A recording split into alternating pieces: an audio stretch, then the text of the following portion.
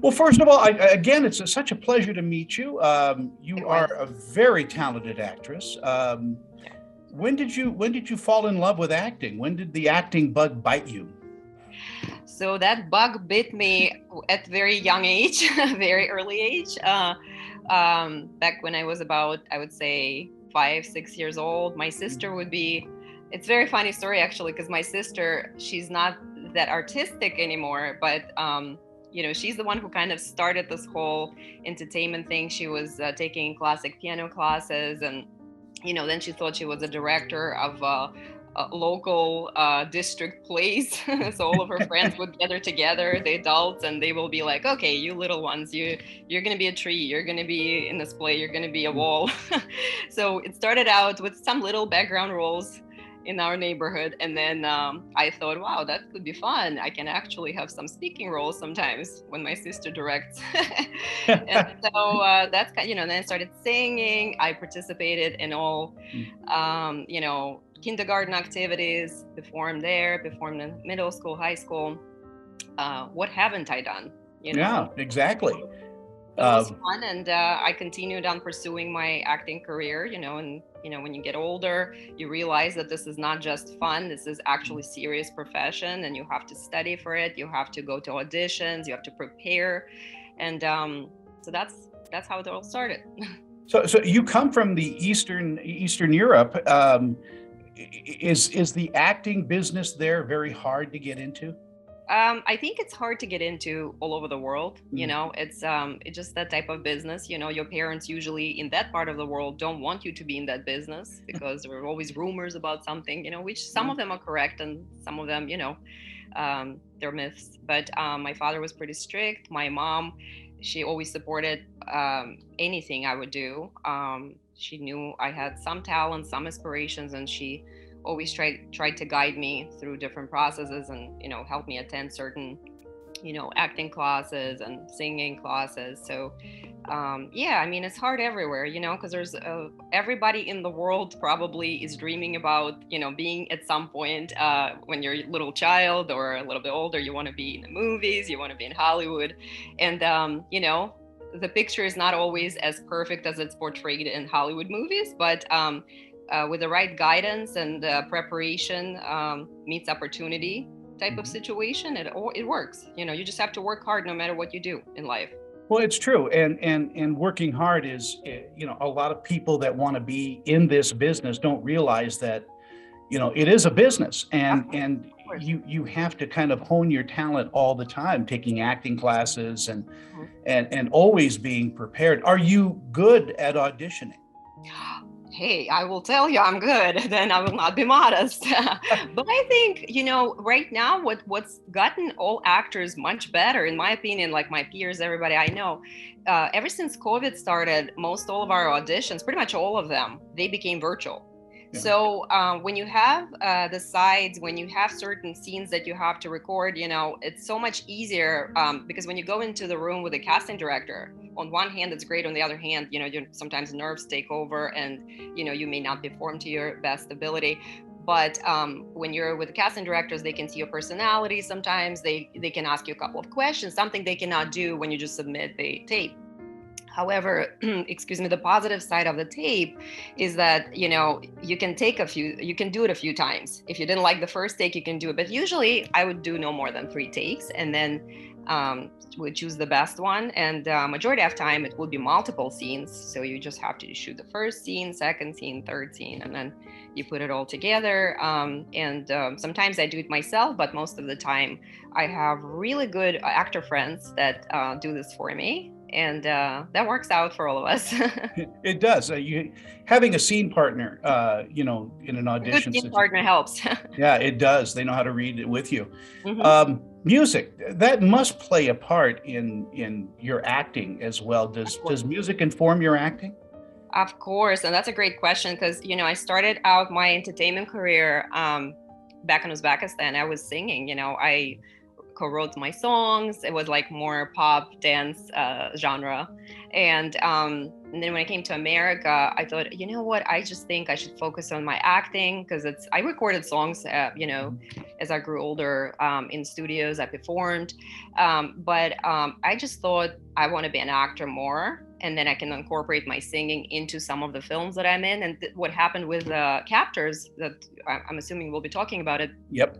I actually felt so passionate about the topic and the film. I offered to our producers and director James. I said, let's try to record. I have producers that I'm working with on something else, and I have this really great lyrics in my head, and they are great writers too. So we collaborated on the song, put it together. It's called "Can Anybody Hear Me?" Then we played it for them. They loved it. They said it's going to be at the end credits, and if when you finish the movie, right there, you'll hear the song. And it's I find that the lyrics is very passionate. It comes from my heart, expressing how I feel, as a character in that film, and as a person too, because this topic is pretty ongoing, unfortunately. Well, let's talk about Captors, because that's a very thrilling movie. Tell me a little bit about your character, Alice. So Alice. I play two characters, Alice and Twisted Alice. So we only get to meet Twisted Alice, unfortunately, at the end. And I got to give James Brassick, our director, a big credit, because he actually, in the script, it was a little bit different of a character. Because this character, she's going through multiple traumas that people in this situation would go through, such as, hallucinations, split personality disorder, Stockholm syndrome. And so to depict her, and shame and guilt, that's like a big one. And so this Twisted Alice that he invented, she was so dark and so horrific and so dirty. She was the one that was like a self-guilt of Alice, and she's the one who's stalking her in her nightmares, and and we don't know what she really is until at the end, kind of, so I don't want to give away too much. But the creation of Twisted Alice, I have to thank James for what he has done, because that was totally his idea, because he specializes in horror films, and he's like, we should do this character, we should portray her this and that. And so we have a lot of special effects, makeup on this one, and we didn't have a big budget to have another person play the role. So I said, I can totally do it. It's we just have to spend some time on, it was like 3 hours, 4 hours on makeup for each scene. And so Cindy Collum, our lead makeup artist, she did a great job, and everybody in the team, everybody worked so hard.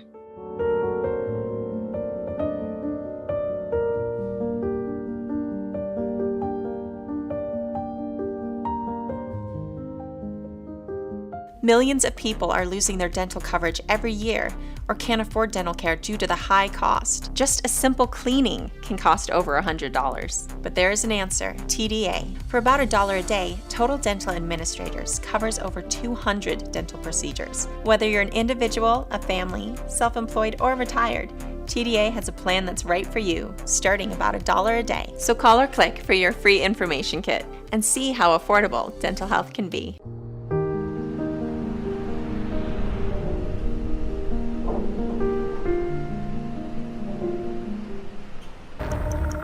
I just wanted to lure you back here. You have everything to fear. Enjoy the house again. I hope you like the food. I added a few treats.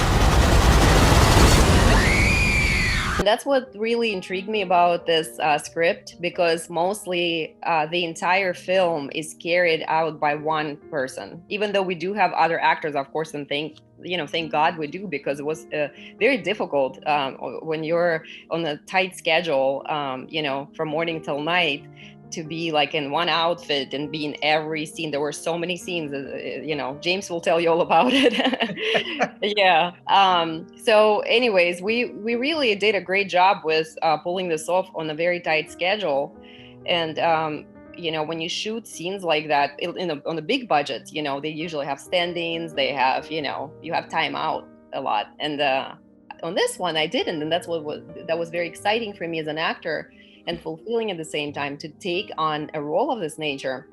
where I can, not much dialogue, so I have to use facial expressions, my body language a lot, and to relate to the audience what this character is going through right now. So it was very challenging, but interesting. And I will take up this challenge any day because I love challenging roles.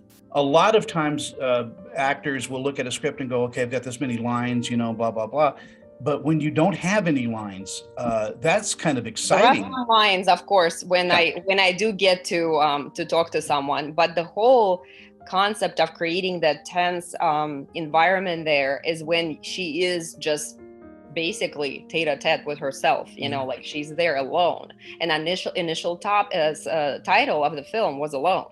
Yeah. Then the distributors changed it to Captors, and so there was a reason why the author Philip Day named it Alone, and before Alone it was a different title, but also it had Alone in it. So alone, that's what the big word here.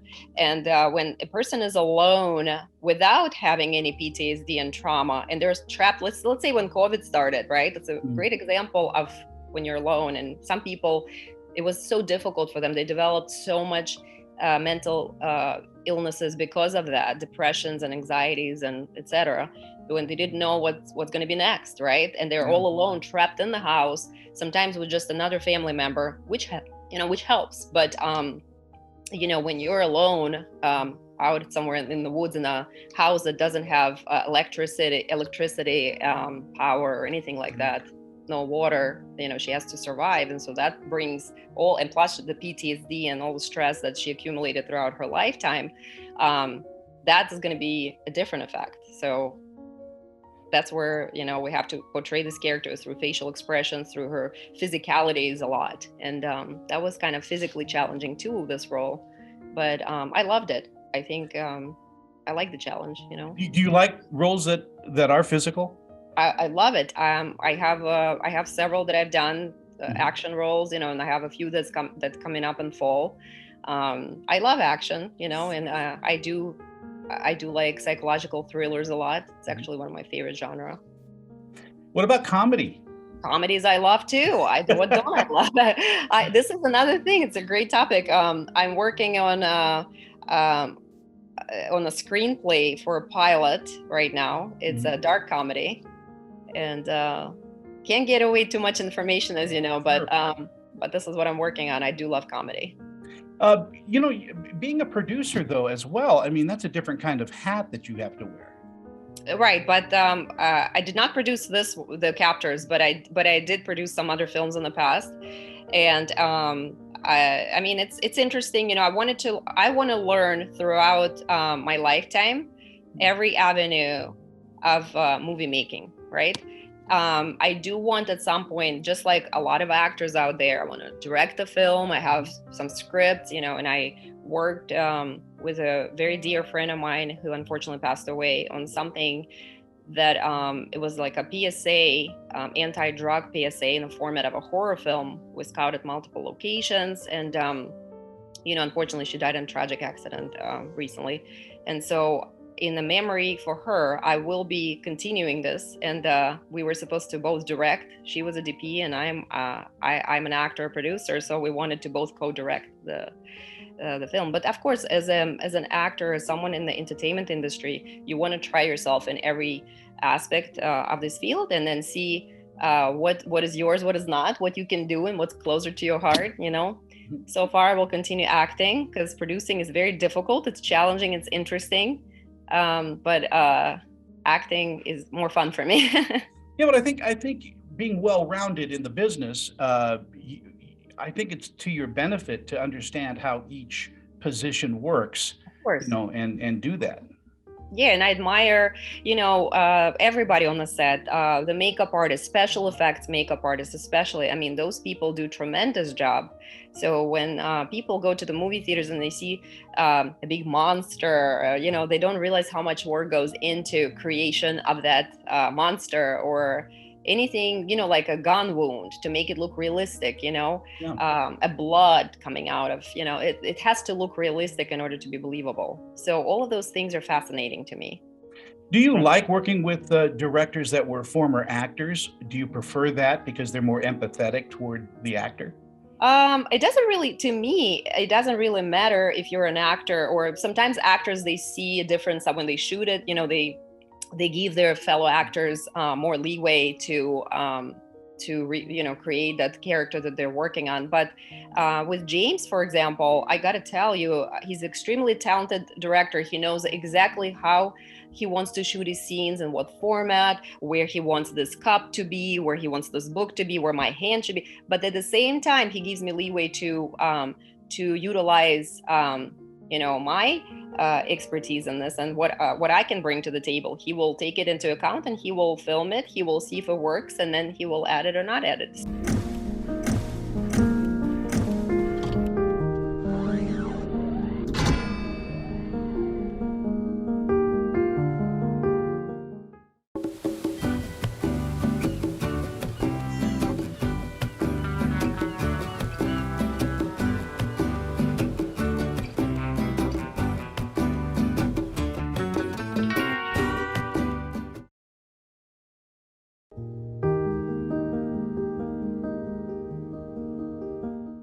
Talk to me a little bit about your music, because that's something that is so dear to your heart, and it's probably therapeutic Very as therapeutic. Well, like I said, I don't do music as much as I used to do it in the past, but I do still write the lyrics a lot. Because that's therapeutic to me. Of course, I love to listen to good music. I dance. I love hip hop music as well. I go to hip hop classes, belly dancing classes. So sometimes, when you're in a bad mood, you just have to turn the music up if you would just want to listen to it and sing along. Or I like to write lyrics. So I would actually write lyrics first, and then I will, if I'm with producers, I'll work on the melody and verses and stuff. But sometimes you just think of some melody. What I do with today's smartphones, I will sing it to my MP3, and just so I don't forget the melody. And then based on that, we can recreate, and create something new. I would imagine, though, as an actress and a musician, you will hear cadences and rhythms in the characters that you play. Of course, yes. There's certain beats there to the certain scenes, but our music, was composed by a very talented composer, very young, talented composer from China. Her name is Cici Wen, and she was very detailed. So she wanted to hear our theme song first, what I recorded with my two friend producers, Can Anybody Hear Me? So she wanted to hear that. We emailed it to her, and she listened. She really liked the song. And actually, there's a lot of, and she worked very closely with James as well for every scene. So as you know, when you film the film, when you're in the process of shoot, you don't have any music. It just, you're shooting, and the music is all done in the post-production. So the only beats that we have are the ones that are in our head, Well, and you're lucky to have that. Very dramatic scene, and the only music I have there is like my head is going crazy because I just ate something bad with poison. I have to vomit it out. This is my beat in my body, what I'm going through. So there's no really music there, but there is a lot of chaos. It's very physically challenging role. Talk to me a little bit about working with Bruce Davison. Bruce Davison was a great actor. I was just giving another interview recently, and someone asked me the same question: how was it working with him? And we only worked with him for a few days on the set. He was very respectful to everybody. Everybody loved meeting him. He was very kind and very, of course, experienced actor. So it's always an honor to meet someone of that caliber. But at the same time, I got to give it to him for his bravery, because you've seen the movie and some of the scenes that he's been in. Not a lot of actors would take it on, upon themselves to perform that role, or they'll be like, no, I don't know, I'm going to pass. But he did this, and it's just because he's such a great actor. Yeah. He went for it. Yeah, I did a play with Bruce years ago. We did the Cane Mutiny in Los Angeles, and wow. He was amazing. Live theater is so different than. Oh my God, it's difficult. It's Do you enjoy live theater when you do it? Do you ever do I it? would do it if the opportunity comes. I did it in high school, and local plays and stuff, but I'd never done like, any major theater work. But it's a lot of work. Gotta give it to you guys. Yeah, but his background is theater, Broadway, and then, of course, he was famous for doing Willard and Of course. other horror movies. So he's really entrenched in that genre. Yeah, he's but the only reason why I'm saying he's brave for this role is because you saw some of the scenes that he had to perform there, and we had some comments from other actors, about it. But that's when you're a great actor, you will be able to do certain things that, and that's the whole beauty of being a great actor, is when you can perform that scene that is, and other people say, ew, that's gross. How can, if people have those feelings like that, toward that character, that means you did an amazing job.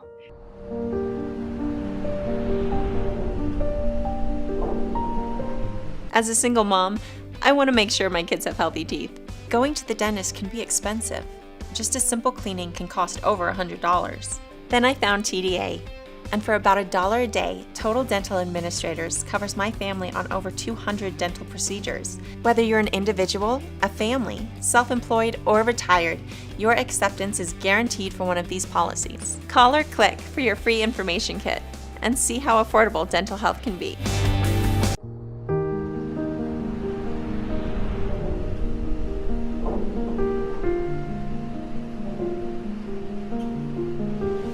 And you're no slouch. You do such a great job in this, and you're scary as hell. Yay, that's what we were, aiming to achieve. Thank you so much for your kind words and having me here. Well, thank you so much, and you enjoy your day. Yay, thank you so much. Thank you. Thank you so much. I appreciate All right. your time. Have a good day. Take care. You too. Bye-bye.